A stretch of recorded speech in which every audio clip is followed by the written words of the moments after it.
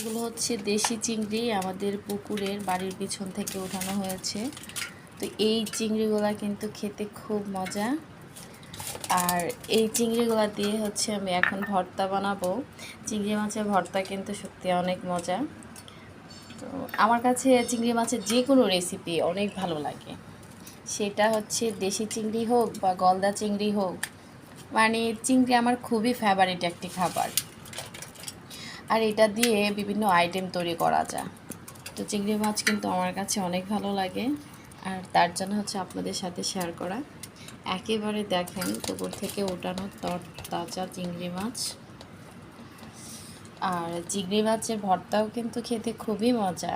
তো আমি কিন্তু এর আগেও চিংড়ি মাছের বড়া বানিয়ে আপনাদেরকে দেখিয়েছিলাম।